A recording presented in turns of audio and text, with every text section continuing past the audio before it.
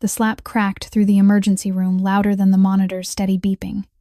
It was a sharp, dry sound, cold enough to make everyone in the room stop breathing for a moment. Dr. Malcolm Hargrove didn't just bark at the quiet nurse. He hit her. His hand flew out and struck Autumn Hayes so hard her head snapped to the side. But he didn't stop there. He reached forward, fist closing around a handful of her auburn hair, and yanked her backward. "Know your place, little girl," he hissed, his face flushed red with fury.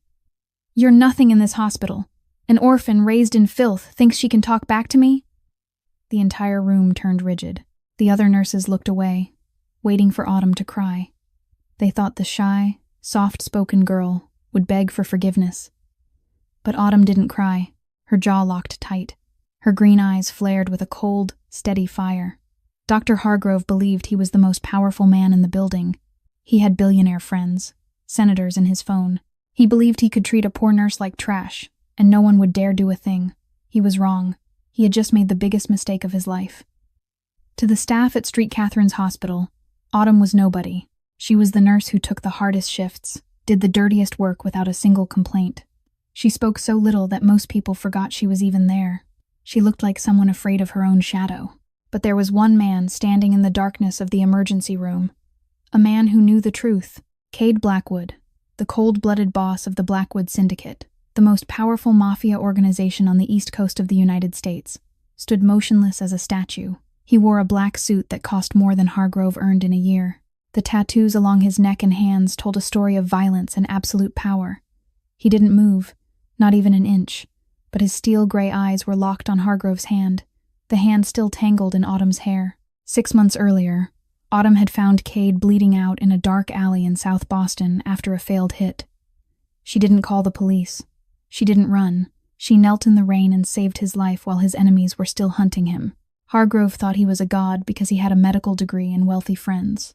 He was about to learn that a title meant nothing when you insulted the woman a mafia boss had sworn to protect.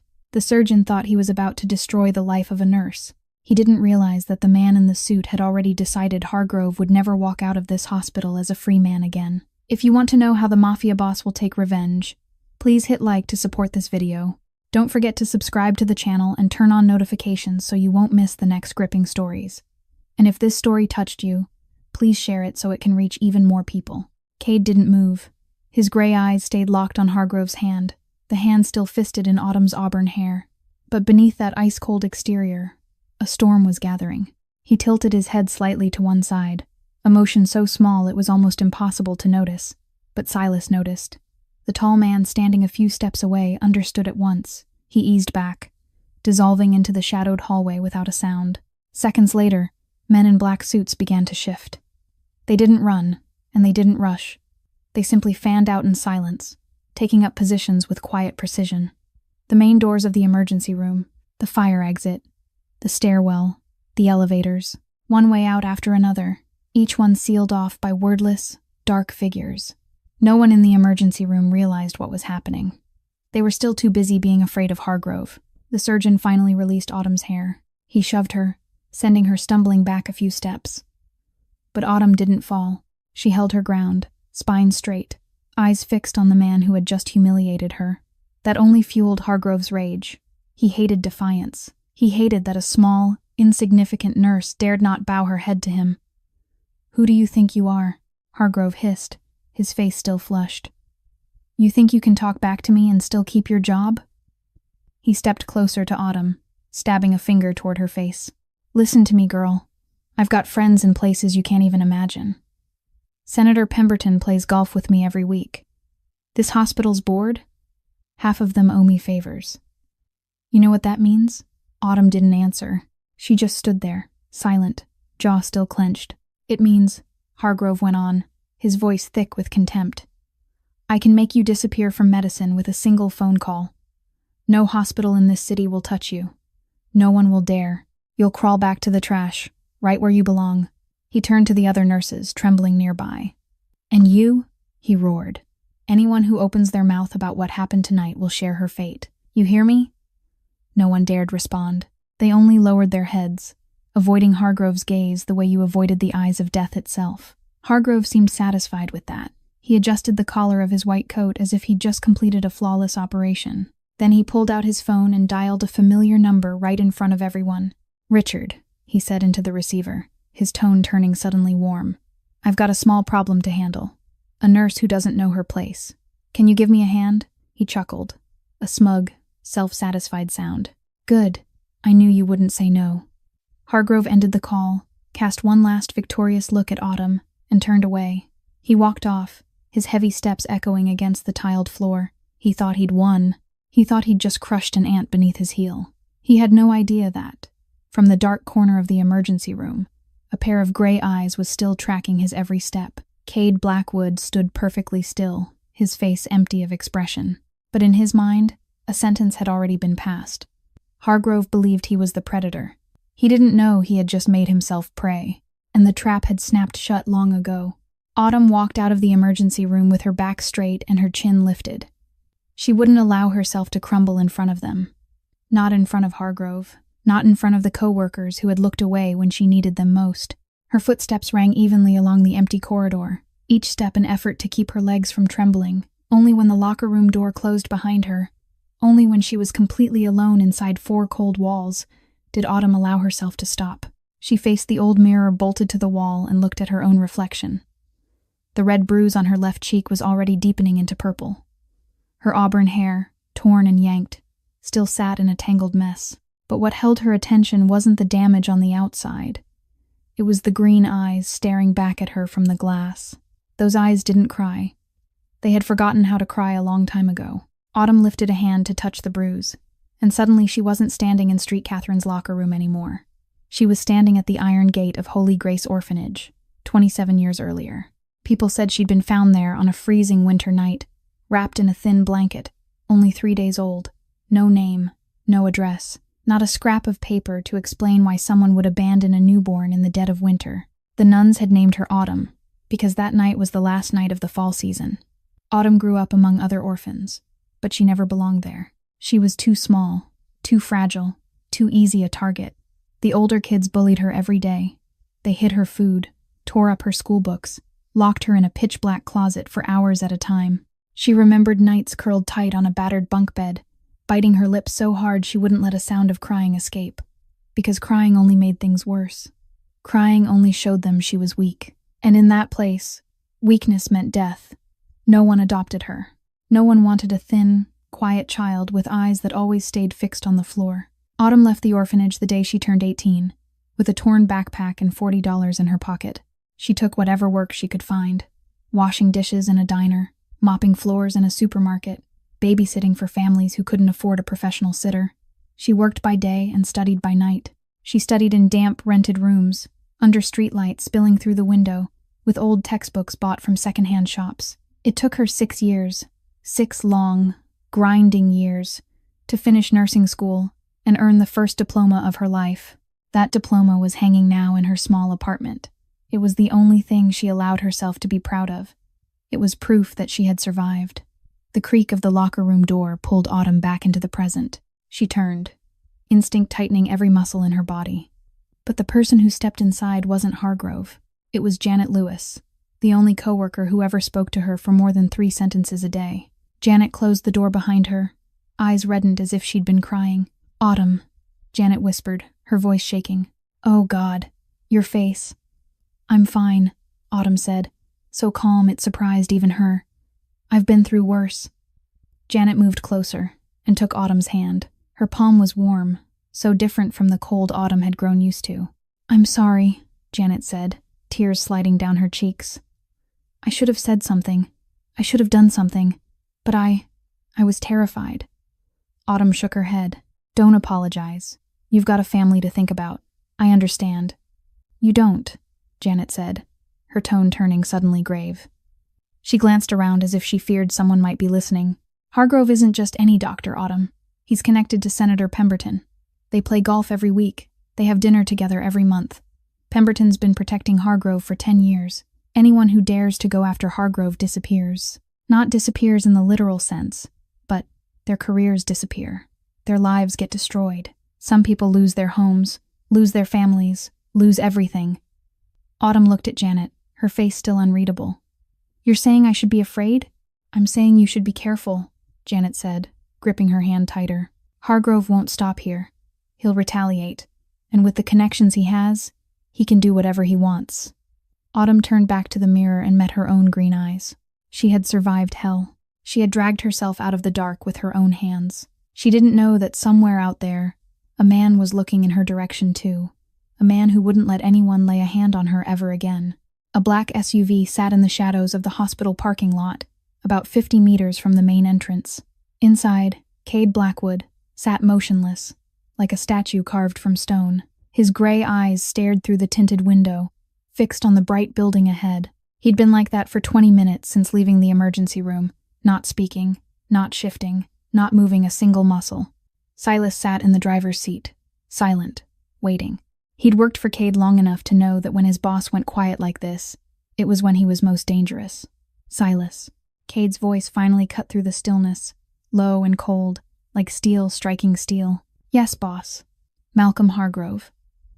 Cade released the name one word at a time, as if it were something filthy he didn't want to keep in his mouth any longer than necessary. Keep eyes on him 24/7. I want to know where he sleeps, what he eats, who he meets, who he talks to. Find every secret he's hiding, every single one. Silas nodded, asking nothing. Anything else, boss? Cade didn't answer right away.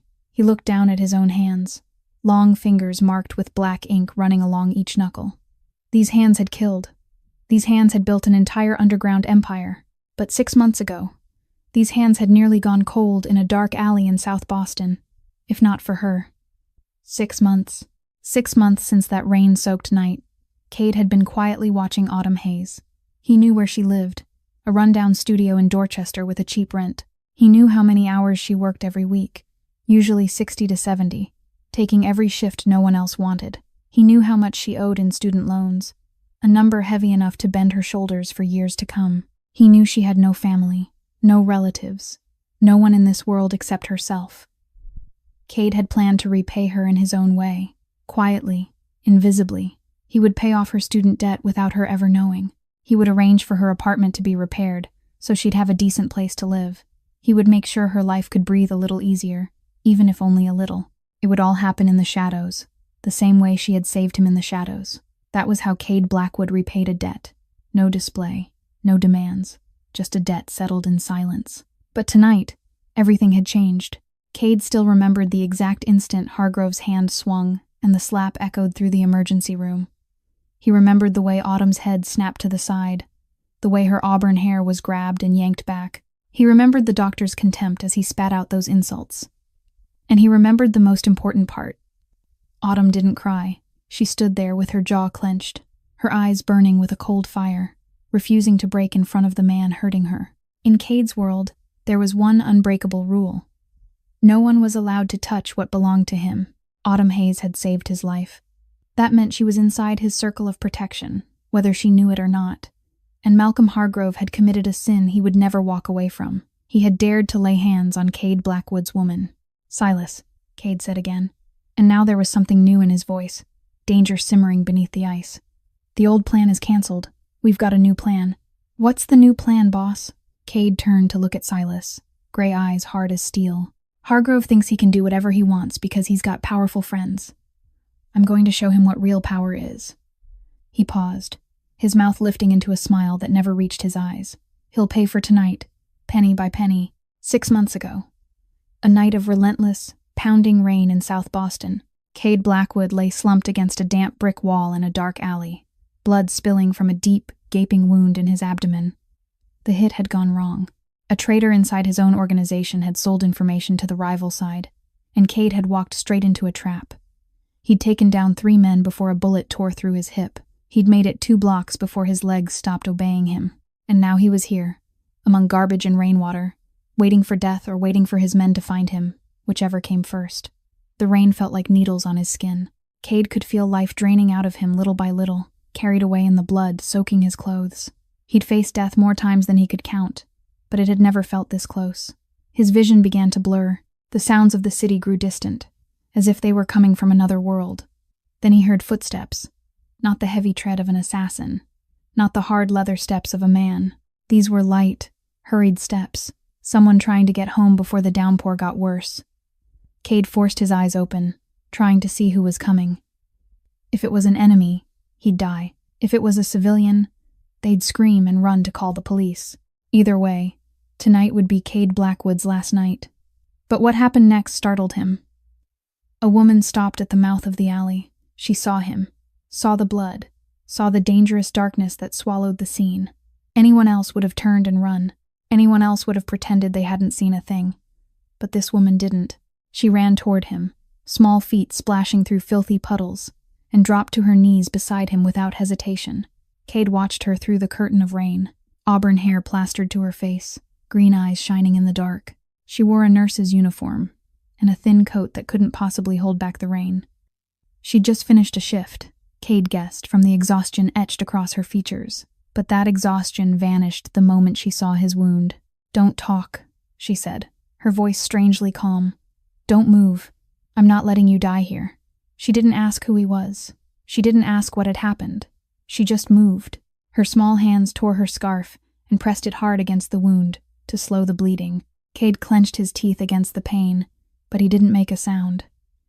He watched her work, watched the absolute focus on her face, watched hands that didn't tremble even as blood soaked into every finger. "Too deep," she murmured, not speaking to him so much as to herself. "It needs stitches." And then she did something that made Cade stare. She opened her worn old handbag and pulled out a sealed, sterile suture kit and a small bottle of antiseptic. She carried supplies to treat the homeless who couldn't afford hospitals, Cade realized. She was a healer even off the clock. But tonight, that spool and that needle were going to save his life. She stitched the wound right there in the rain, under the spill of streetlight cutting into the alley. No anesthetic, no medical instruments, just skilled hands and iron determination. Cade bit down hard and endured, his eyes never leaving her face for a single second. He'd met countless people in his life. He'd seen greed, betrayal, fear in their eyes. But he'd never seen this. A complete stranger willing to kneel in rain and blood just to save a man she didn't even know. The sound of a car engine rose from the street. Headlights swept across the alley. Cade's men had finally found him. Silas was the first to jump out, gun in hand, eyes scanning for danger. When he saw the woman kneeling beside his boss, he lifted the gun immediately. "Stop," Cade ordered, his voice weak but still carrying an authority that couldn't be denied. "She saved me." Silas lowered the weapon, but his gaze stayed sharp and wary. The woman didn't panic. She stood, stepped back a few paces, blood smeared on her hands hanging at her sides. She didn't ask who they were. She didn't demand money. She just stood there in the rain as if waiting for permission to leave. Cade tried to sit up, pain ripping through him. He looked at her, straight into green eyes that held not a trace of fear. "What's your name?" he asked. She didn't answer. She only gave a small shake of her head, turned away, and walked into the rain. Her small figure dissolved into the darkness as if she'd never existed at all. Cade watched until she was gone. Then he turned to Silas, and there was something new in his voice, a kind of curiosity he'd never felt before. "Find out who she is," he ordered. "Her name, where she lives, what she does, everything. But don't bother her. Just find out." Silas nodded, asking no questions. That night, as he was taken to a private doctor for treatment, Cade couldn't stop thinking about the woman in the alley. In 36 years, no one had ever helped him without wanting something in return. His world was a world of bargains, debts, blood, paid for with blood. But she, a complete stranger, had given him something money couldn't buy: unconditional kindness. And Cade Blackwood never forgot a debt. The next morning, early sunlight slipped through the heavy curtains of the private office on the top floor of Street Catherine Hospital. Malcolm Hargrove sat behind an expensive oak desk, rolling a silver fountain pen between his fingers, while his eyes stayed fixed on the phone in front of him. A small scratch on the back of his hand, a mark from grabbing Autumn's hair the night before, still stung faintly. But Hargrove didn't feel remorse. He felt anger. Anger that a minor nurse had dared to meet his eyes without lowering her head. Anger that she hadn't cried and begged the way the others did. Anger that her gaze had unsettled him, if only for a moment. Hargrove picked up the phone and dialed the familiar number he'd known by heart for 10 years. The line rang twice before someone answered. "Richard," Hargrove said, his voice sweet as honey, with poison hidden underneath. "I need a favor." Senator Richard Pemberton's voice came through the receiver, low and heavy with authority. "Malcolm, calling this early. What's so serious?" "A nurse," Hargrove ground out. She dared to talk back to me in front of the entire emergency room. She dared to challenge me, Richard. I can't let this go. Pemberton was silent for a moment. He understood Hargrove. They had hidden too many secrets together, buried too many bodies together, both literally and figuratively. Their bond wasn't simple friendship. It was a symbiosis between two monsters. Tell me, Pemberton said. Hargrove told him. He told him about Autumn Hayes, about the nurse who had dared to speak up when he gave an order that broke protocol. He told him about the slap, about grabbing her hair, about the way her eyes refused to drop. The more he spoke, the more his voice shook with fury. She needs to disappear, Hargrove concluded. Not just lose her job. She needs to disappear completely from medicine. I want her to never be able to hold her head up again. Pemberton chuckled softly, a laugh with no warmth in it. Malcolm, you know that isn't difficult for me. I've got people in the FBI, people on the state medical board. How many times have we done this? How many times? Hargrove remembered. He remembered the young nurse 7 years ago, the one who had tried to report him to administration because she suspected he'd been drinking before surgery. She was arrested for drug possession just 1 week later, evidence found in her locker at the hospital. No one believed she was innocent. No one dared to believe it. He remembered the resident 2 years ago, the one who discovered Hargrove had operated on the wrong site and caused a patient's death. The man got into a car accident on his way home, his vehicle veering into the Charles River. No witnesses, no questions. Together they had buried 23 deaths over 10 years. 23 patients had died on Hargrove's operating table because of his mistakes, and 23 families had been paid to stay silent. Pemberton handled everything. He had lawyers, agents, even judges in his grip. Money flowed from black funds into the pockets of those who needed buying, and the truth was buried deep beneath forged paperwork. Autumn Hayes. Pemberton repeated the name as if tasting it on his tongue. Does she have family? Anyone protecting her? No one, Hargrove replied, his contempt plain. She's an orphan. No parents, no relatives. Nobody in this world who cares about her. She's a perfect zero. Good, Pemberton said. Then she'll be easy to deal with. I'll have someone fabricate evidence. Drug theft, endangering patients, maybe add a few criminal charges to be safe. She won't just lose her job, she'll lose her freedom. Hargrove smiled, the smile of a man watching prey forced into a corner. Thank you, Richard. I knew I could rely on you. Don't thank me yet, Pemberton said, his voice turning colder. Just make sure she doesn't get a chance to speak. Anyone who stands in our way ends the same, Malcolm. She won't be an exception. Hargrove ended the call and set the phone down on the desk, satisfaction spreading through his chest. He thought he held everything. He thought no one could touch him. He didn't know that somewhere in the city, gray eyes cold as steel were tracking his every move. And the devil's hand he was using was about to be crushed by another hand.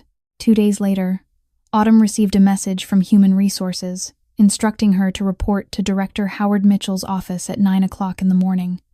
The message was brief and cold, offering no explanation. Autumn knew something was wrong. She'd worked at Street, Catherine Hospital for 3 years, and never once had she been summoned to the director's office. Not once. But she also knew that after that night, after Hargrove's slap and his threats, nothing would ever be the same again.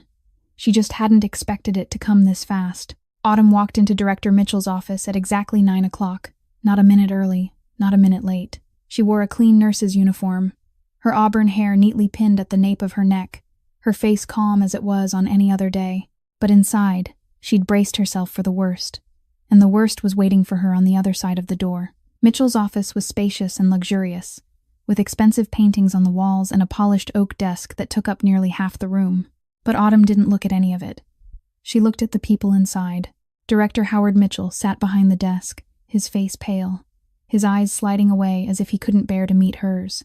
Beside him stood 2 men in gray suits, their expressions flat, black leather briefcases in their hands. Lawyers.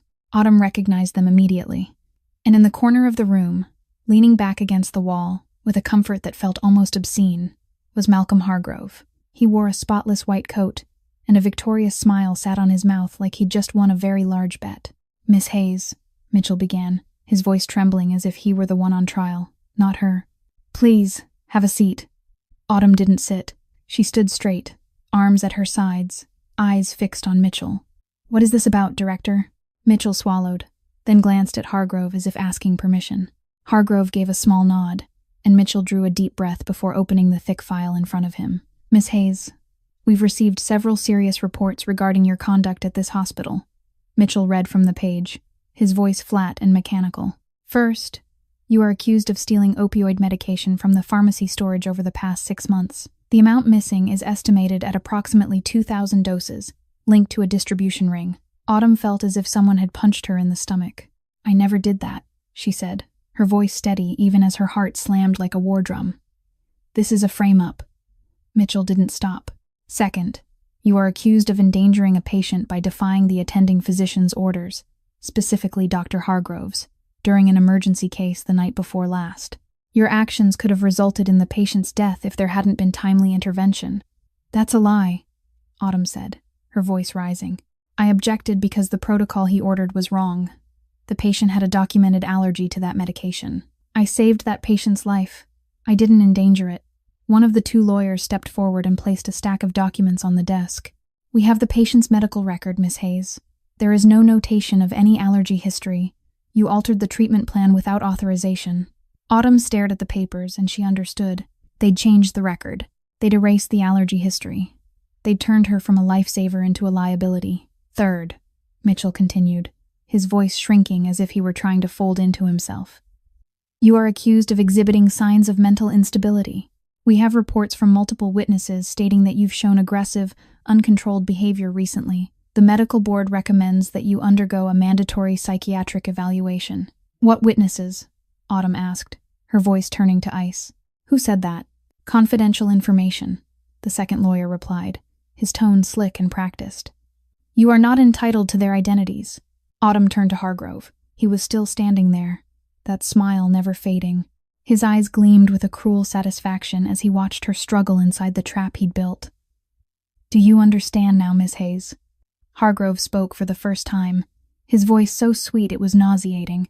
This isn't personal. This is about protecting patients and the hospital's reputation. I'm only doing what's necessary. Autumn held his gaze without blinking. You know I'm innocent. Hargrove tilted his head, his smile widening. The evidence says otherwise, Miss Hayes. Mitchell cleared his throat and kept reading. The hospital disciplinary board's decision is as follows. Autumn Hayes is suspended without pay, effective immediately. Your nursing license will be forwarded to the state medical board for review and potential permanent revocation. You have the right to appeal within 30 days, but during that time, you are not permitted to set foot in this hospital. Autumn stood there in silence. She didn't beg. She didn't cry. She only stood with her back straight and her head high, like a tree refusing to bow in a storm. Security will escort you out, Mitchell said, almost in a whisper. I'm sorry, Miss Hayes. The office door opened, and 2 security guards stepped in. They positioned themselves on either side of Autumn as if she were a dangerous criminal. Then they led her out, through crowded corridors, past coworkers who paused to stare with fear or pity in their eyes. Autumn felt every gaze stabbing into her back. She heard whispers spreading like fire, but she didn't turn around. She wouldn't let them see how much it hurt. Only when the hospital doors closed behind her, only when she stood alone on the sidewalk under harsh sunlight, did Autumn allow her shoulders to sag. She had lost everything. Her job, her reputation, the diploma she'd earned with 6 years of sweat and tears, all of it stolen in a single morning. But Autumn didn't cry.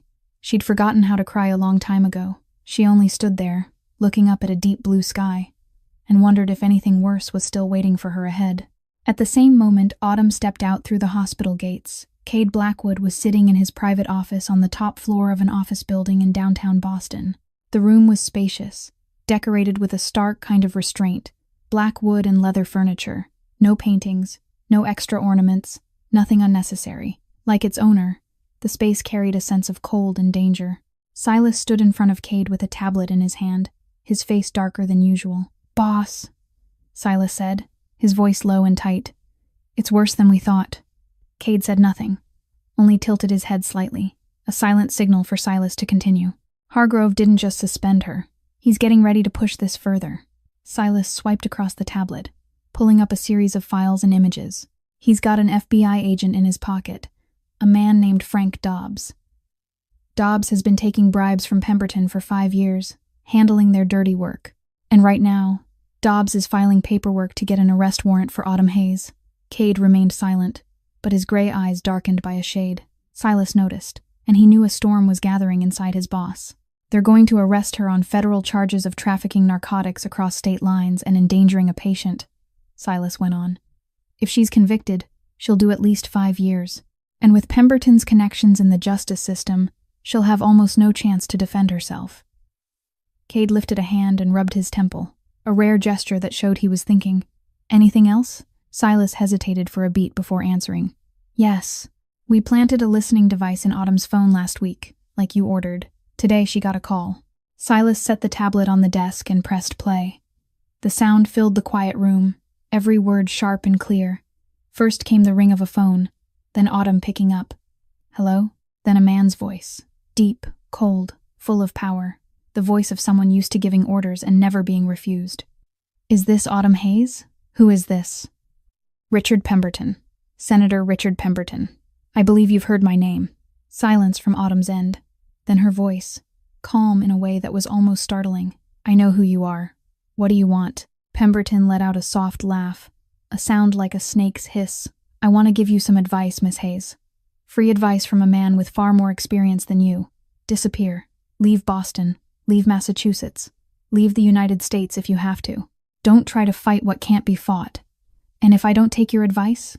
Pemberton's voice turned colder, sharper, like a blade settling against a throat. Then you'll disappear a different way. You'll disappear, and no one will remember you ever existed. You don't have family. You don't have friends. You don't have anyone in this world who cares about you. You're dust, Miss Hayes, and dust is easy to blow away. The line went silent. Then Autumn's voice came again, slow and measured, one word at a time. I'm not afraid of you. You should be. Pemberton replied. People who don't know fear tend to die young. The call ended. Silas stopped the recording and looked up at his boss. Cade sat perfectly still, but the air in the room suddenly grew heavy enough to choke on. His gray eyes were no longer simply cold. They were burning with a fury Silas had never seen in 10 years of working for Cade. This wasn't loud, careless rage. This was the anger of a predator calculating exactly how it would tear its prey apart. Silas, Cade said, his voice low and level in a way that was terrifying. Call Raymond Pierce. Tell him I need him here within 1 hour, not 2 hours. 1 hour. Yes, boss. And contact Ghost. Cade rose and walked to the window, looking down at the city of Boston stretched out below. Tell him I've got work for him. Big work. I want him digging into everything connected to Hargrove, Pemberton, and that Agent Dobbs. Bank accounts, emails, texts, call logs, everything. I want to know what they've done, what they're doing, and what they're planning to do. Ghost will need time, Silas said. These aren't small targets. Give him 48 hours, Cade replied without turning. Tell him if he does it right, I'll pay double. If he fails, he'll never work for anyone again. Silas nodded and left the room to carry out the orders. Cade stood alone by the window, looking down at the city where he'd built his empire. Pemberton thought he had power. Hargrove thought he was untouchable. They thought they could threaten a woman who had no one to protect her and walk away without consequence. They were wrong. Autumn Hayes had someone. She had Cade Blackwood, and Cade Blackwood never lost. The war had just officially begun, and when it was over, Hargrove and Pemberton would understand there were forces in this world that money and political power couldn't buy, couldn't intimidate, and couldn't stop. 6 in the morning. The Boston sky was still gray and heavy, with no sign of dawn. Autumn lay on the narrow bed in her studio apartment, eyes wide open, staring at the ceiling. She hadn't slept all night. Pemberton's threat kept echoing in her head like a broken song, looping again and again without mercy. You'll disappear, and no one will remember you ever existed. She knew it wasn't empty talk. She knew men like Pemberton and Hargrove had the power to turn threats into truth. But she didn't run. She didn't know where she would run to. And more than that, she didn't want to run.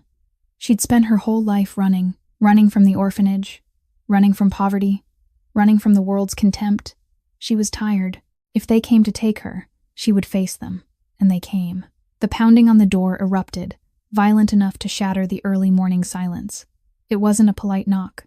It was the kind of pounding from people who didn't need permission and didn't intend to wait. FBI, open up.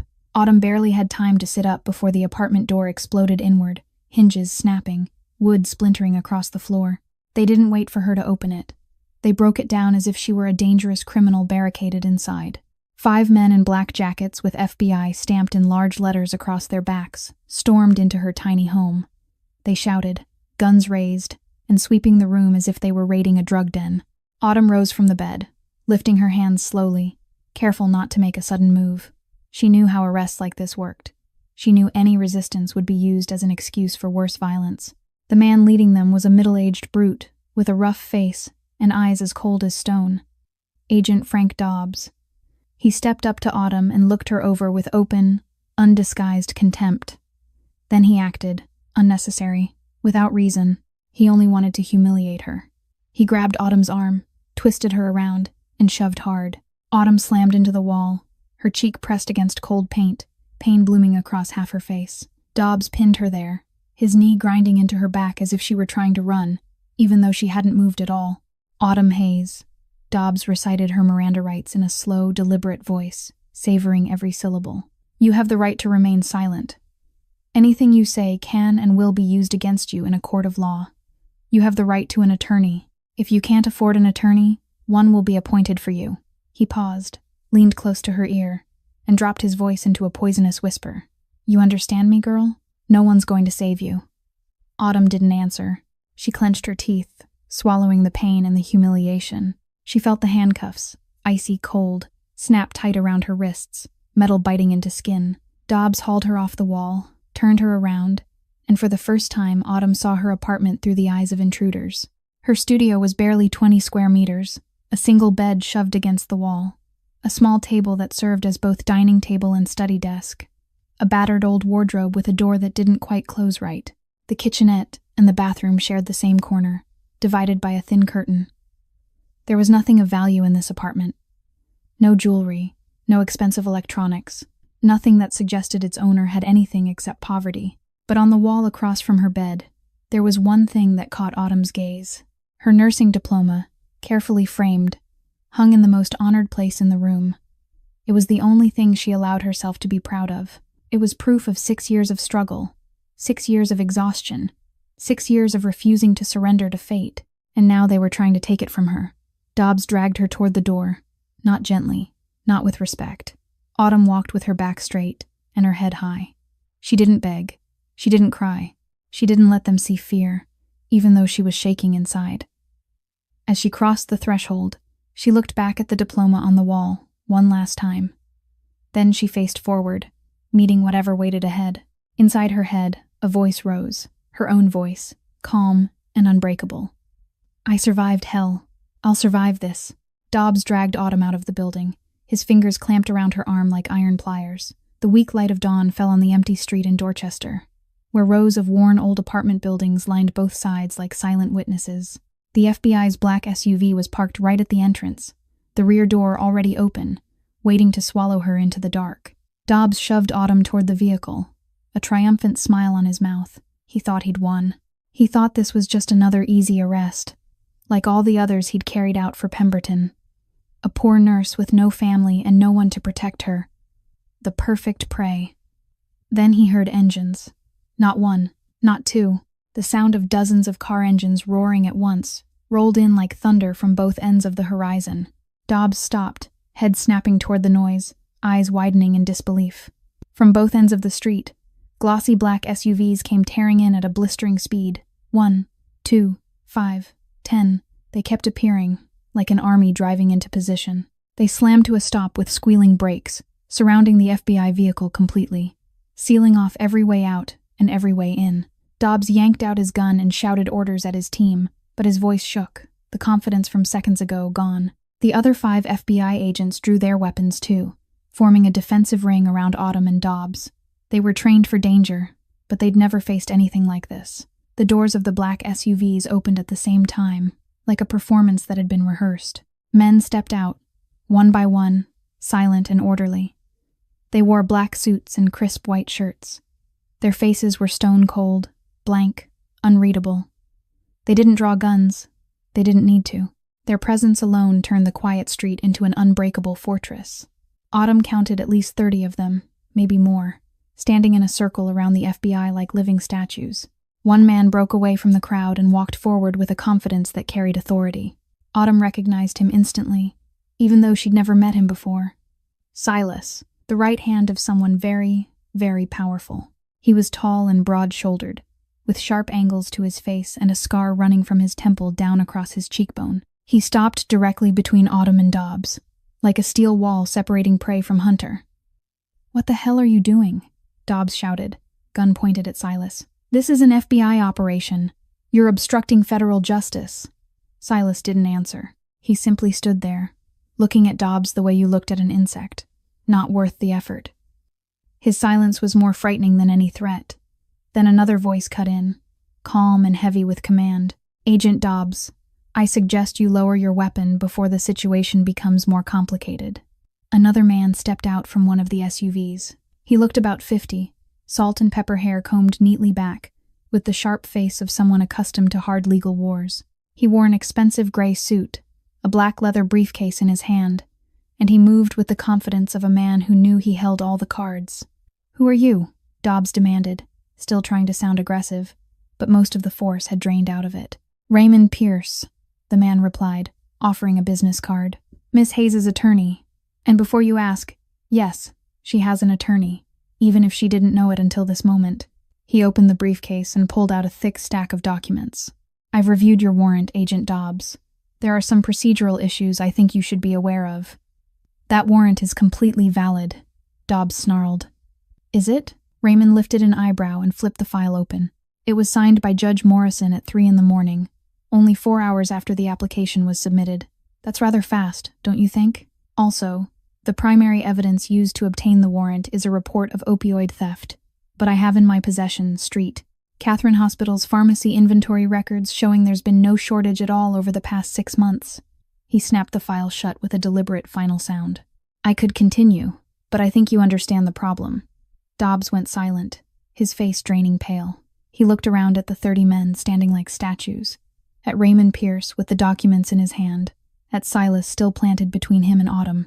He understood he'd lost, at least this round. "Miss Hayes will cooperate with the investigation," Raymond said, his voice even and leaving no room to bargain. "She'll go to the police station to answer questions, but she'll go in my vehicle, and with me present as her attorney. That's her right, and I'm sure you don't want to violate the rights of an American citizen in front of this many witnesses." Dobbs clenched his jaw, but he had no other choice. He gave a sharp nod and signaled his team to lower their weapons. Silas stepped aside, clearing the way as Raymond guided Autumn toward one of the black SUVs. The handcuffs were still locked around her wrists, but everything about the handling had changed. Raymond opened the door for her gently, as if inviting an honored guest. Autumn slid inside. The door closed behind her, and for the first time since this nightmare began, she could breathe. The vehicle pulled away, leaving the street behind, while Dobbs and the FBI team stood there amid the men in black suits. Autumn stared out through the window, watching the black SUVs peel off one by one, dispersing like ghosts dissolving into daylight. She didn't understand what had just happened. She didn't understand why she had a lawyer she'd never hired. She didn't understand who the men in black suits were, why they'd appeared, why they were protecting her. In her mind, one question kept repeating, with no answer in sight. Who's protecting me? The holding room at the Boston police station was cold and bare. 4 dull gray walls, a metal table bolted to the floor, 2 chairs facing each other, and a flickering fluorescent light overhead. Autumn had been sitting alone in that room for nearly 3 hours. The handcuffs had been removed, but the icy memory of the metal still seemed stamped into her wrists. Raymond Pierce had stayed with her through the entire questioning, answering for her when he decided a question was inappropriate, cutting the agents off when they tried to corner her. He was good, very good, but he still hadn't explained why he was here, why he was protecting her, who had hired him. And Autumn still hadn't asked. She'd learned a long time ago that sometimes silence was the best weapon. Raymond had stepped out 15 minutes earlier, saying he needed to take care of some paperwork. He'd promised he'd be back soon, and Autumn sat there alone, staring at the gray wall in front of her, trying to piece together the chaos in her head. Hargrove, Pemberton, the FBI, the warrant, the men in black suits, Raymond Pierce. It all spun through her mind like a cyclone, and she couldn't find where it began or where it ended. Then the steel door opened. Autumn lifted her head, thinking Raymond had returned. But the man who walked in wasn't Raymond. He was tall and broad-shouldered, with black hair cut close and neat. He wore a black suit and a white shirt without a wrinkle, as if he'd stepped straight off the cover of a high-end magazine. But it wasn't the clothes that caught Autumn. It was the eyes. Gray, cold as steel, sharp as a blade, looking straight at her with an intensity that made it hard to breathe. And the tattoos. Black ink ran along his neck and across his hands, telling a story of violence and power she didn't need to read to understand. Autumn knew who he was immediately. Memory slammed into her like a wave. The rain-soaked night 6 months ago. The dark alley. Blood. Rain. Gray eyes watching her through the curtain of water, suspicious and startled all at once. She remembered him asking her name. She remembered turning away without answering. The man closed the door behind him and stepped into the room with a quiet confidence that carried authority. His presence filled the small space, making the air feel heavier, tighter. He pulled out the chair across from Autumn, sat down, and placed both hands on the metal table. The tattoos stood out under the flickering light. "You remember me," he said. Not a question. A statement. Autumn nodded slowly. "You were the man in the alley. 6 months ago." "Cade Blackwood," he said, as if the name explained everything. And maybe it did, to anyone who knew Boston's underworld, but Autumn didn't belong to that world. She was just a poor nurse, an orphan who had dragged herself out of the dark. She didn't know who Cade Blackwood was, didn't know about the Blackwood Syndicate, didn't know about the empire he'd built, but she knew one thing. He was dangerous, extremely dangerous. "Why are you here?" Autumn asked, her voice calmer than she expected. Cade studied her for a long moment before he answered. "Because you saved my life, and in my world, that creates a debt. I didn't save you so I could collect." "I know," Cade nodded. "That's why this debt weighs more than any I've ever carried." He paused, gray eyes still locked on hers. "In my world, no one helps anyone without wanting something in return. No one. Everything is a transaction. Every kindness has a price. But you knelt in the rain and saved a stranger bleeding to death. And then you vanished without needing to know my name, without needing to know what I could give you. You were the first person to do that, the only one." Autumn didn't speak. She just watched him, trying to understand the man sitting in front of her. "Hargrove and Pemberton think they can touch you, and never pay for it," Cade continued, his voice lower, colder. "They think you've got no one protecting you. They're wrong." He leaned forward, his gaze a knife. "You're safe, Autumn. From this moment on, no one's going to lay a hand on you again. The war has only just started, and when it ends, Hargrove will lose everything he has." Autumn looked at him in silence for a long moment. Then she spoke, her voice steady, not trembling, not afraid, only carrying the blunt honesty she'd carried all her life. "I don't need anyone to save me." Cade lifted an eyebrow, surprised by her reaction. "I've saved myself for 27 years, Autumn went on. "I don't need some knight in an expensive suit showing up to fix things for me. I'm not a princess in a tower waiting to be rescued." She stopped and drew a long breath. Then she added, her voice softer, but no less firm. "But thank you for being here." Cade looked at her, and for the first time, the corner of his mouth shifted. Not quite a smile, just a small lift, almost too subtle to notice. But it was there, a hairline crack in the wall of ice he'd built around himself. "You're different, Autumn Hayes," Cade said, and there was something in his tone she couldn't quite name. "Very different. Somewhere in the city of Boston, in a basement with no address, no windows, and nothing on the outside to suggest a human being lived within it, a shadow sat before dozens of glowing computer screens. The room was drowned in darkness, lit only by the cold blue wash of the monitors across the face of the person sitting there. No one knew what Ghost looked like. No one knew his real name, how old he was, or where he came from. Even Cade Blackwood, who had used his services for years, had never met him in person. Ghost was a phantom in the digital world, a legend in the underground hacking scene, a name that made technology, corporations, and government agencies shudder. And for the past 48 hours, that phantom had not slept. Ghost's fingers hammered the keys like a madman, his eyes scanning line after line of code, layer after layer of security, wall after wall of fire he needed to break through. Street, Catherine Hospital's servers, Malcolm Hargrove's private email, Richard Pemberton's hidden bank accounts, confidential FBI records. Nothing was untouchable to Ghost. No secret could hide from him.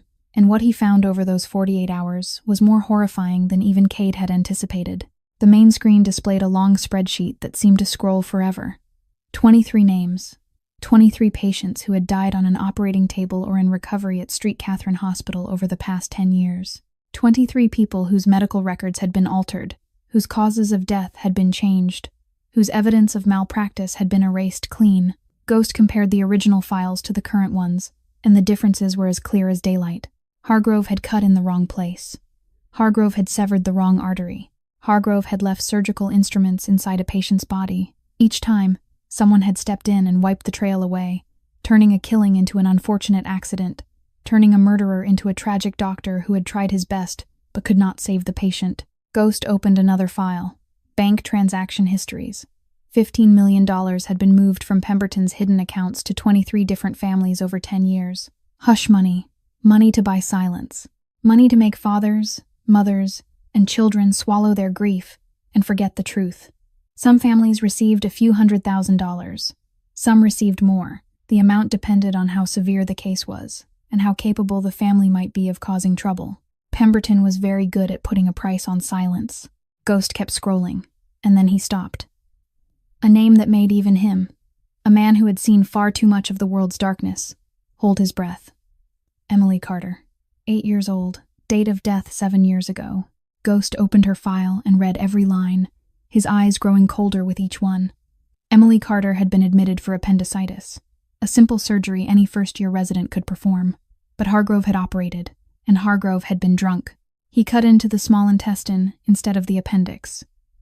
The 8-year-old bled to death on the table while Hargrove staggered, trying to correct his own mistake. The original record stated it clearly, the surgeon's blood alcohol level at the time of the incident.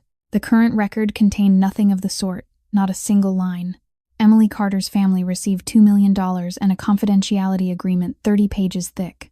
Ghost stared at Emily Carter's photograph in the file. A little girl with bright blonde hair, vivid blue eyes, and a wide grin that showed the gaps where baby teeth were missing. 8 years old. Only 8. She should have been running, going to school, growing up, being loved, living. But because a drunk man held a scalpel in his hand, she lost everything. And the man who killed her was still walking free, still operating on patients, still being called a doctor. Ghost opened an encrypted chat window and typed a message to Cade Blackwood. Done. Attaching all files. 23 victims. 10 years of cover-ups. $15 million in hush money. Emails, bank transactions, original records, and altered records. Everything has verifiable sources. Enough to bury him and his friends. He paused for a second, then typed more. There is an 8-year-old girl on the list. Emily Carter. Hargrove cut the wrong place while drunk. Family took $2 million to stay silent. One more line. I don't usually feel anything about the work, but this time, I hope boss makes him pay what he owes. Ghost hit send, then leaned back in his chair and watched the dozens of screens flicker in front of him. He had done his part. He had dug up every secret Hargrove and Pemberton had buried over 10 years. Now it was Cade Blackwood's turn to use those secrets. And Ghost knew that when Cade moved, there would be nowhere left in this world for Hargrove to hide. That same night, as Ghost sent off files packed with Hargrove's darkest secrets, another uprising was quietly taking shape inside the very heart of St. Catherine Hospital. The clock read 11 at night, and the basement corridor was empty and cold, filled only with the faint buzz of fluorescent lights and the slow drip of water somewhere in the dark. 3 figures moved like apparitions, footsteps soft, breaths held, hearts pounding hard against their ribs. Janet Lewis led the way. Behind her was Brenda Collins, the head nurse who had worked in this hospital for 20 years. And last came Mike Chen, a 26-year-old IT tech with messy hair and bright eyes behind thick glasses. They weren't heroes. They were ordinary people who were tired of silence. Janet stopped at the steel door to the underground archive, where old records sat forgotten for years. She pulled out a key card Brenda had secretly copied from the security office and swiped it across the reader. A green light blinked, and the door opened with a creak that made all 3 of them flinch. They slipped inside, pulled the door shut behind them, and the darkness swallowed them whole. Mike switched on his phone's flashlight and swept the beam across the room. Tall, metal shelves rose on either side, packed with dusty boxes of aging files, lined up like a maze of buried secrets. The smell of mildew and old paper hit Janet's nose, and she fought the urge to cough. Brenda didn't waste time. She knew exactly what she needed and exactly where it would be. For 10 years, she had quietly kept copies of handwritten notes about Hargrove's questionable surgeries, hiding them inside a box misfiled in the farthest corner of the archive. She'd been too afraid to speak, but her conscience wouldn't let her destroy the evidence completely. And now, after all those years of silence, she finally had a chance to use it. While Brenda searched for the box, Mike crouched in front of an old computer in the corner, its keyboard buried beneath a thick layer of dust. This was the hospital's former storage system, replaced 5 years ago, but no one had bothered to wipe the data still sitting inside it. Mike powered it on. The screen flickered a few times, then an outdated interface appeared. His fingers began to fly, slipping past weak security layers, digging for records Hargrove believed had been deleted long ago. He didn't know the old system still held backups. No one knew, except Mike, who had discovered it during server maintenance 3 months earlier. Janet stood near the door, keeping watch, ears straining for any sound outside. Her heart beat so fast she could hear it in her own ears. She thought about Autumn, the quiet coworker who always took the hardest shifts without complaint, who always protected new nurses when they made mistakes, who always stepped in to take the hit when Hargrove exploded. Autumn never asked for thanks. She simply did what was right, day after day, as if that was the only way she knew how to live. And when Autumn needed them most, they had looked away. Janet still remembered the shame of standing frozen, while Hargrove slapped Autumn, too frightened to say a single word. She wouldn't let that happen again. Suddenly, footsteps sounded in the hallway outside, heavy, steady, coming closer. Janet signaled Mike and Brenda, and all 3 of them killed the flashlight and held their breath in the dark. The footsteps stopped right outside the archive door.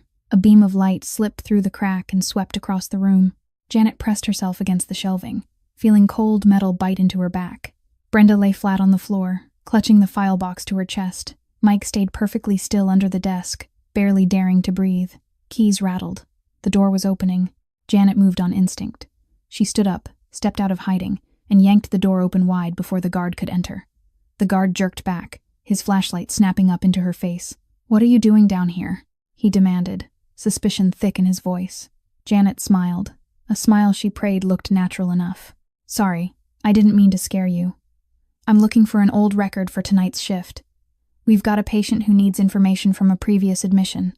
She held up her employee badge. "Janet Lewis, ER, you can check." The guard stared at her, then glanced at the pitch-black room behind her. Janet felt her heart slam so hard, it almost hurt. If he stepped inside, he'd see Mike and Brenda. Everything would be over. "It's dark," the guard said. "You should turn the lights on." "The lights are out," Janet answered quickly. "I was going to report it to maintenance in the morning. Anyway, I've got what I need." She stepped into the hallway and pulled the door closed behind her, cutting off any chance for him to look inside. "Thanks for checking. I need to get back to my shift." The guard watched her for a few seconds more, then gave a short nod and walked away. Janet stood still until his footsteps faded completely into the dark. Then she exhaled, knees nearly buckling with relief. 10 minutes later, the 3 of them left the archive carrying a file box and a USB drive packed with data. They didn't speak a word to each other until they reached the parking lot. There, a black SUV was waiting, its windows so dark you couldn't see through them. Janet stepped forward and handed a brown envelope filled with everything they'd found to the man standing beside the vehicle. He nodded without speaking, then disappeared into the SUV. The vehicle rolled away and melted into the night. Janet watched it go, something strange rising in her chest. For the first time in her life, she felt like she was doing something that mattered. Autumn always protected us, she thought. Now it's our turn. Cade Blackwood's office on the top floor of Blackwood Tower stayed lit all night. The room was vast, with floor-to-ceiling glass that looked out over Boston wrapped in darkness, the streaks of streetlights and the glow from high-rise windows glittering like scattered stars. But Cade wasn't looking outside. He sat behind a massive black wood desk, a thick stack of documents in front of him, surrounded by dozens of people in expensive suits. Attorneys, financial advisors, mergers and acquisitions specialists. They had worked for 48 hours straight to finalize the biggest deal Cade had ever made. Not for profit, not to expand his empire, but for one purpose only, to destroy Malcolm Hargrove. Raymond Pierce stood beside Cade, a silver fountain pen in his hand. He set it down in front of Cade and pointed to the final line on the final page of the contract. "Sign here, Mr. Blackwood, and it's done." Cade picked up the pen and looked down at the paper. The acquisition agreement for Street, Catherine Medical Center, executed through a shell company called Eastwood Healthcare Holdings. A meaningless name. A paper company with no real address, no real staff, existing only to conceal the identity of the true owner. Cade had been quietly buying up the hospital's debt for 6 months, one account at a time, one creditor at a time, until he held nearly all of the crushing debt the hospital was carrying. The board didn't know. Hargrove didn't know. Pemberton didn't know. They only believed the hospital was struggling financially, that creditors were tightening the screws, that they needed a new investor to save them. And when Eastwood Healthcare Holdings appeared with a generous offer, they took the bait like hungry fish. Cade signed his name, the handwriting sharp and decisive. He set the pen down, leaned back in his chair, and fixed his steel-gray eyes on Raymond. Raymond smiled, the smile of a man who had just watched a flawless chess match unfold. "Congratulations, Mr. Blackwood. You are now the owner of Street Catherine Medical Center." The people in the room offered light applause, as if this were an ordinary business deal. But Cade didn't smile. He didn't clap. He simply sat there, face blank, eyes focused on nothing in particular. "I didn't buy a hospital," Cade said, his voice low and cold as ice. "I bought the right to destroy Hargrove." The room went silent. No one dared speak. They knew Cade Blackwood never joked, and they knew anyone who stood between him and his target would be crushed. Cade rose and walked to the window, looking down at Boston sleeping beneath him. He thought about Autumn, about the small nurse, sitting alone in some cold waiting room, waiting for a hearing that would decide her fate. She didn't know he had bought the entire hospital. She didn't know he had gathered enough evidence to bury Hargrove and Pemberton. She didn't know the war was close to ending, and that she would win. Cade turned to Silas, who stood silent in the corner like a shadow. "Silas." "Yes, boss." "Send someone to her. Bring food, something warm and nourishing, and bring a message from me." Silas nodded and pulled out his phone. "What message, boss?" Cade was quiet for a moment, gray eyes distant. Then he spoke, and his voice softened, gentler, as if the ice were beginning to melt. "You're not alone. Trust me." An hour later, in a small courthouse waiting room, Autumn sat by herself on a hard wooden bench. The hearing would begin in the morning, and she hadn't slept in nights. Raymond Pierce had assured her everything would be fine, but she didn't know how to believe it. She had lived long enough to know that justice didn't always stand with the right. The door opened, and a young woman stepped in carrying a paper bag and a small envelope. She set the bag on the table in front of Autumn, and the scent of hot soup and fresh bread drifted up. "Someone sent this for you," the woman said, then turned and left before Autumn could ask a single question. Autumn looked at the bag, then at the envelope. She opened it. Inside was a small piece of paper with neat handwriting. "You're not alone. Trust me." No signature. No signature was needed. She knew who it was from. Autumn held the note and read the short line again and again. "You're not alone." For the first time in 27 years, someone was telling her she wasn't alone. And for the first time in a very long time, her green eyes filled with tears, not from sadness, not from fear, but from a feeling she'd forgotten existed at all. The feeling of being cared for. The federal courtroom in Boston sat high inside the John Joseph Moakley building, a massive structure overlooking the harbor. That morning, courtroom 7 was packed to the walls. Cameras from major news outlets lined both sides, lenses aimed at the witness stand like hungry eyes. Reporters filled the back rows, fingers tapping nonstop on laptops, trying to capture every detail of a case that had seized the attention of the entire city. Expensive suits crowded the guest section. Familiar faces from Boston's upper crust, friends and allies of Hargrove and Pemberton, all here to witness the public execution of a small nurse who had dared to challenge their power. Autumn sat at the defense table, small and alone in the vast room. She wore a simple white blouse and black slacks, her auburn hair tied neatly at the nape of her neck. Raymond Pierce sat beside her, one hand resting on a thick stack of documents, his face calm as if he were attending an ordinary meeting, not a hearing whose outcome had been decided in advance. Autumn felt every stare drilling into her back, every whisper spreading through the room. She knew what they were saying about her. Drug thief, unstable employee, a danger to patients. The lies had been planted, and now they were blooming into a forest of poisoned thorns closing in on her from every side. Judge Harold Morrison sat high on the bench, a black robe draped over his heavy frame, a fleshy face with small eyes hiding behind gold-rimmed glasses. He had been Pemberton's golf buddy for 15 years, a regular guest at lavish parties, a man who had accepted more than a few favors from the powerful. Autumn looked at him and knew justice would not be found in this room. He wasn't a judge. He was an executioner, and the sentence had been written before the hearing ever began. Richard Pemberton sat in the first row on the prosecution side, an expensive three-piece gray suit, silver hair slicked neatly back, a smug smile never leaving his mouth. He looked at Autumn the way you looked at an insect about to be crushed under a heel, and she felt the contempt in his gaze like a cold wind passing through her. Then Hargrove took the stand. He wore a spotless white coat, as if he had stepped out of an operating room to come here. A calculated choice, meant to remind everyone that he was a doctor, a lifesaver, a symbol of nobility and sacrifice. He placed his hand on the Bible, swore to tell the truth, the whole truth, and nothing but the truth. Then he began to perform. "I don't want to be here," Hargrove started, his voice sad and full of regret. "I tried to help Miss Ponning, Hayes. I gave her chances, again and again, but she refused help." He paused, sighed, eyes lowering as if he were carrying an enormous burden. "She's unstable. I recognized it early, but I hoped that with the right support, she could overcome it. I was wrong." The prosecutor nodded, encouraging him to go on. "Please describe the defendant's behavior in the weeks leading up to the incident." Hargrove lifted his head, a look of false concern turning toward Autumn. She became increasingly aggressive, defying doctors' orders, changing treatment plans on her own. "I heard she was taking medication from the pharmacy, but I didn't want to believe it. I thought maybe she was dealing with personal issues. Maybe she needed help, not punishment." He shook his head, his anguish so perfectly shaped it could fool anyone. "But that night, when she openly challenged me in front of the entire emergency room, I knew I couldn't stay silent anymore. I had to protect the patients. That's my duty." Pemberton nodded from the gallery, satisfaction widening his smile. Judge Morrison exchanged a glance with him, a nod so small it was almost invisible, like two wolves dividing a meal. Autumn felt sweat gathering in her palms, felt her heart beating out of rhythm in her chest. She knew she was losing.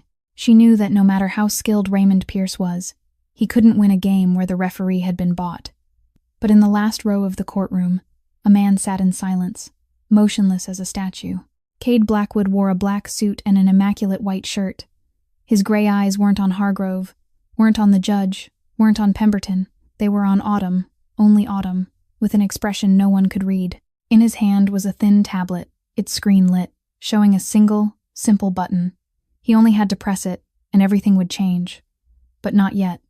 He was waiting for the perfect moment, waiting for Hargrove and Pemberton to believe they had won, before he brought their entire world crashing down. Hargrove kept talking, voice thick with manufactured emotion, describing sleepless nights, worrying about patients, the weight of having to report a coworker, the pain of testifying against someone he had tried to help. His performance was flawless enough to deceive anyone who didn't know the truth. But Cade knew the truth, and the truth was about to be dragged into the light. Hargrove finished his testimony with a dramatic sigh, as if he'd just completed a painful but necessary duty. He stepped down from the witness stand, shot Autumn a look of open triumph, then returned to his seat beside his attorney. The courtroom fell silent, a heavy silence that felt like a warning of something awful about to happen. Judge Morrison cleared his throat, his small eyes sweeping the room once before settling on Autumn. He opened his mouth, ready to deliver the ruling everyone already knew had been written long before this morning. Then the large doors at the back of the courtroom slammed open with a thunderous bang. Every head turned, every breath stopped, and they saw him. Cade Blackwood walked down the center aisle of the courtroom, his pace unhurried but carrying absolute authority, like a king stepping into his own territory. The sound of his leather shoes striking marble echoed through the silence, like a countdown, like war drums announcing a battle about to begin. He wore a black suit and a white shirt, the tattoos on his neck and hands stark beneath the bright courtroom lights. His gray eyes were cold as steel, sweeping the room with undisguised contempt. Two court officers rushed toward him, hands reaching for the tasers at their belts. But they didn't make it close. They stopped, frozen in place like statues.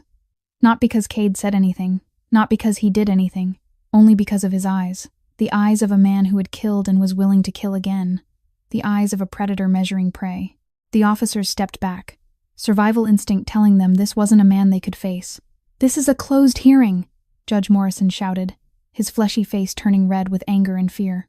"You have no right to be here. Security, remove this man immediately." Cade didn't stop. He kept walking, those leather shoes tapping a steady rhythm on the floor, until he stood directly in front of the bench. He looked up at Morrison the way you looked at an insect. Then he slammed a leather briefcase down on the judge's desk with a hard, final thud. "I have every right to be here," Cade said, his voice low and cold as ice, carrying through the courtroom. "While you've been taking bribes from Pemberton and playing golf on the weekends, I've been buying Hargrove's hospital." The room erupted into a storm of murmurs. Reporters hammered their keys like mad. Cameras swung toward Cade, capturing every second. Pemberton shot to his feet, his face drained white. Hargrove sat frozen, mouth hanging open as if someone had punched him in the gut. Raymond Pierce stood, walked to Cade's side with a calm smile, opened the briefcase, pulled out a thick stack of documents, and began to read aloud, his voice clear, every word precise. "The purchase and transfer agreement for Street Catherine Medical Center, effective as of yesterday." Raymond held up the first page. "Buyer, Eastwood Healthcare Holdings, a wholly owned subsidiary of Blackwood Holdings." He lifted the second page. "Owner and Chief Executive Officer of Blackwood Holdings, Cade Blackwood." He placed both pages on the judge's desk. "Which means, Your Honor, the man standing before you is the lawful owner of Street Catherine Hospital. He has the right to access all hospital records, the right to testify as an interested party, and the right to request that this court reconsider the evidence in this case." Judge Morrison swallowed hard, his face shifting from red to a sickly white in seconds. He looked toward Pemberton for help, but Pemberton stood there like a man staring at a ghost. Hargrove was trembling now, hands gripping the arms of his chair until his knuckles turned white. Cade turned to look at Hargrove, gray eyes locking onto the doctor's panicked stare. He didn't speak. He only looked, a look sharp enough to make Hargrove shrink in his seat. Then Cade faced the bench again, his voice rising with calm authority. "I request to call a new witness." Judge Morrison stammered. Who is the witness?" Cade's mouth lifted into a cold smile that never reached his eyes. "Me." Cade stepped up to the witness stand, but he didn't sit. He stood there, tall and commanding, looking out over the entire courtroom the way a king looks down on his subjects. Then he signaled, a small motion with one finger, and everything changed. The large screen behind the judge's bench flashed to life. The lights in the courtroom dimmed automatically, as if someone had programmed this moment in advance. And on the screen, a list began to scroll, slowly, one line at a time. Name, age, date of death, original cause of death, altered cause of death, hush money paid. James Morrison, 57 years old, died on the 12th of March, 2015. Original cause, the aorta severed during heart surgery. Altered cause, unforeseen complications. Hush money, $500,000. Linda Chen, 42 years old, died on the 21st of August, 2016. Original cause, a surgical clamp left inside the abdomen. Altered cause, post-operative infection. Hush money, $750,000. The list kept scrolling.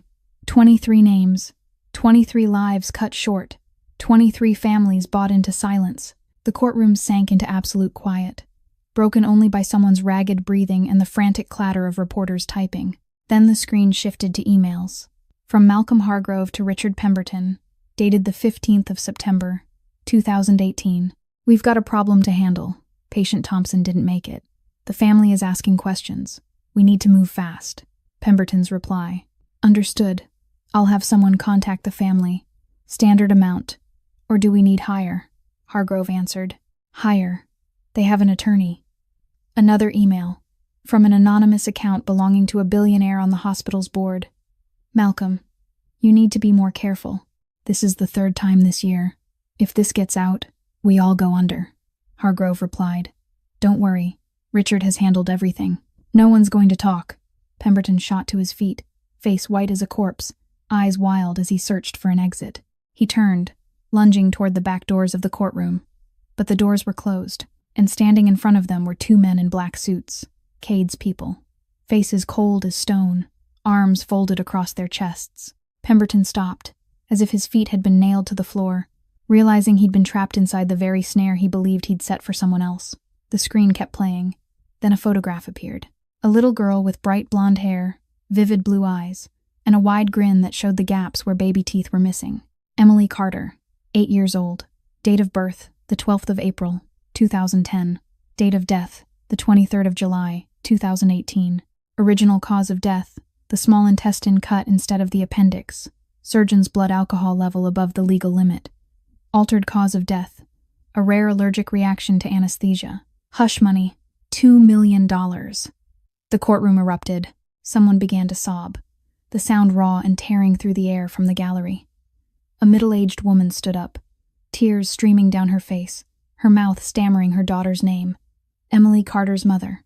She had been sitting through the entire hearing without knowing the truth about her child's death was about to be exposed. She collapsed back into her seat, her body shaking with grief and rage as people around her tried to hold her up. Hargrove leapt to his feet, his face flushed red with fear and fury, pointing at the screen. "This is a conspiracy," he screamed, his voice shrill and frantic.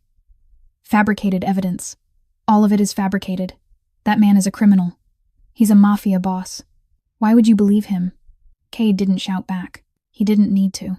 He stepped down from the stand and walked straight toward Hargrove, each step slow and threatening. He stopped right in front of the doctor, close enough that Hargrove could see the fire burning in those steel-gray eyes. "Every file has a verifiable origin," Cade said, his voice low and cold as ice, each word landing like drops of acid. "Every email has an IP trail. Every bank transfer has a transaction history. Every medical record has an original and an altered version for comparison." He tilted his head, looking at Hargrove the way you looked at a worm. "You want to verify it? Verify it. I've got a full team of digital forensics specialists ready to confirm every single byte. You want to call the FBI? Call them. But I suggest you call the real FBI, not bought dogs like Frank Dobbs." Hargrove stumbled backward, tripping over a chair, nearly falling. He looked around for help, but no one met his gaze. His attorney was packing up, preparing to leave.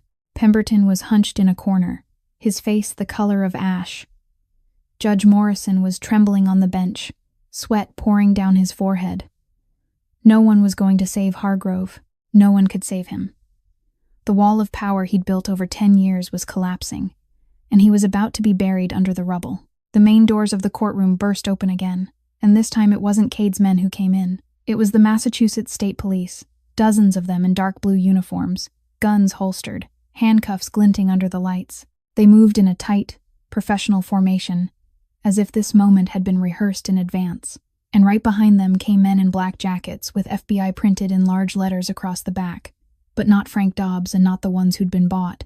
This was the real FBI, agents from the Federal Anti-Corruption Office, the ones who had received the full dossier from Cade Blackwood only hours before the hearing began. The state police commander walked straight to Hargrove, voice loud and final. "Malcolm Hargrove, you're under arrest for second-degree murder, destruction of evidence, and conspiracy to engage in organized corruption. You have the right to remain silent. Anything you say can and will be used against you in a court of law." Hargrove didn't resist. He didn't scream. He didn't run. He simply stood there, knees shaking as if they might buckle, face white as a corpse, eyes empty and fixed on nothing.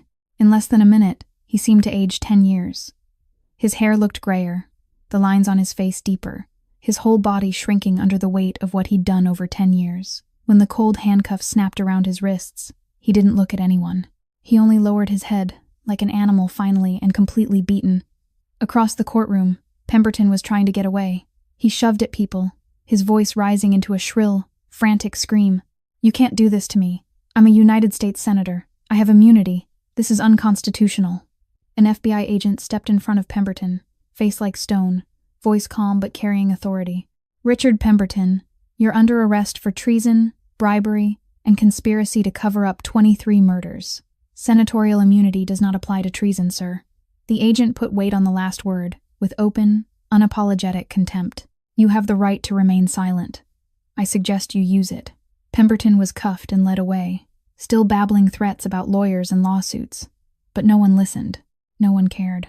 The power he'd swung around for years had turned to dust. He was just another criminal being marched out like any other. Judge Morrison sat on the bench, sweat pouring down his forehead, hands trembling so badly he couldn't hold his gavel. He looked down at the courtroom, at Hargrove being taken away, at Pemberton, screaming in panic, at Cade Blackwood standing like a statue in the middle of the chaos, and he knew that if he didn't act now, he would be next. The court declares," Morrison stammered, voice shaking as if he might cry. "All charges against Autumn Hayes are dismissed in full. Miss Hayes's nursing license is reinstated effective immediately. The court formally apologizes to Miss Performally Hayes for procedural failures in this case. The courtroom exploded. Applause rose from the back rows, where Janet, Brenda, Mike, and other co-workers from Street Catherine were sitting. They had come to support Autumn, even knowing it might cost them their jobs. But now, hearing the judge's declaration, they couldn't hold it in. Janet was the first to stand, rushing toward the defense table, tears streaming down her face. Brenda followed, then Mike, then the others. They wrapped Autumn in their arms, a circle of protection, their tears falling onto her shoulders. Autumn stood inside that embrace, surrounded by friends and co-workers who had finally dared to stand up for her. She felt their warmth. She felt a kind of care she'd never believed she deserved. And for the first time after everything that had happened, for the first time after 27 years of telling herself she had to be strong, for the first time since she'd been a 3-day-old baby left at the gates of an orphanage, Autumn Hayes cried. Not tears of pain, not tears of fear, but tears of happiness, of relief, of someone finally being released from the dark. The courtroom slowly emptied. The officers had led Hargrove and Pemberton away. The reporters had packed up their equipment and filed out. Judge Morrison had vanished through the back door, likely to face an investigation of his own. Janet, Brenda, Mike, and the other co-workers had left too, after hugging Autumn one last time, promising they would see her again at the hospital. Now the vast room held only silence and late afternoon sunlight pouring through the tall glass, laying warm gold streaks across the marble floor. Autumn stood alone by the window, looking out at Boston Harbor shimmering under the sunset. She wasn't thinking about Hargrove or Pemberton. She wasn't thinking about the dark days that had just passed. She simply stood there and breathed, feeling freedom expand in her chest. For the first time in a long time, she felt light. For the first time in a long time, she felt peace. Footsteps sounded behind her, slow and steady. Autumn didn't need to turn around to know who it was. She had learned the rhythm of those steps, the leather soles tapping the floor like the heartbeat of something strong and certain. Cade Blackwood stopped a few paces away, standing in the afternoon light, his black suit still impeccable, his dark hair still neat, as if he'd just come from an ordinary meeting and not a hearing that had toppled an entire criminal empire. But something was different in his gray eyes. They weren't cold like steel anymore. They weren't sharp like a blade anymore. In them now was something softer, something warmer, respect, admiration, and maybe, just maybe, something more. Autumn turned and faced him. They looked at each other in silence, two people from completely different worlds who had somehow found each other between darkness and rain, between blood and tears. Then Cade did something no one, not even Silas, who had followed him for 10 years, had ever seen him do. The most powerful Mafia boss on the East Coast, the man the entire underworld feared, slowly bowed his head to Autumn Hayes. A deep bow, formal, full of respect. Not the bow of an employer to an employee, not the bow of a debtor to a creditor, but the bow of a man before a woman he genuinely admired. "The debt is paid," Cade said as he lifted his head, his voice low and warmer than usual. "You saved my life 6 months ago. Now I protected you. We're even." Autumn looked at him, green eyes catching the sunset light. "Thank you," she said simply. "For everything." Cade nodded, then fell silent for a moment, as if weighing something. This wasn't a man used to hesitation. This wasn't a man used to not knowing what to say. But in front of Autumn, he seemed to become someone else. Someone more real, more human. "The debt is paid," Cade repeated, softer now. "But," he stopped, gray eyes meeting hers without flinching, without hiding. "I think I want to stay, if you'll allow it." Autumn looked at him, the man who had entered her life like a storm, who had protected her when no one else dared to stand up, who had bought an entire hospital just to make sure she would be safe. She didn't know what the future would look like.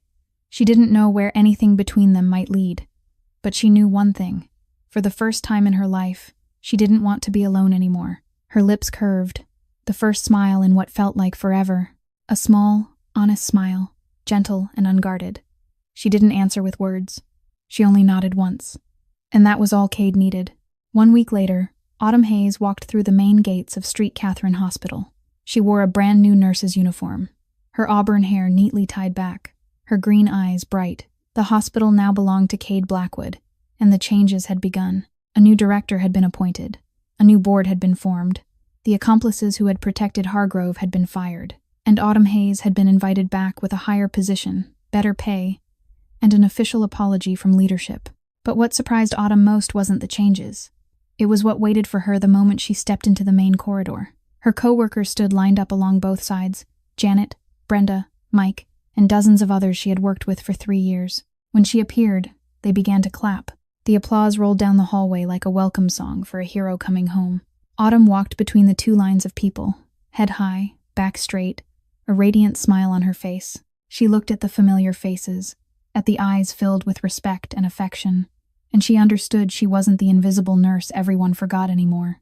She was Autumn Hayes, the woman who had stood up to injustice, who had refused to bow to power, who had proven that no matter where you come from, no matter what you have in your hands, you can still change your own fate.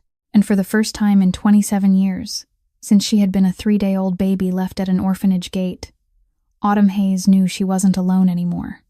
She had friends, she had co-workers, she had people willing to stand up for her, and she had one man who came from the dark world, but had brought her light. This story teaches us that kindness is never forgotten. A small act of mercy, like stopping to help a stranger in a dark alley, can change your entire life. It also reminds us that power and money aren't everything.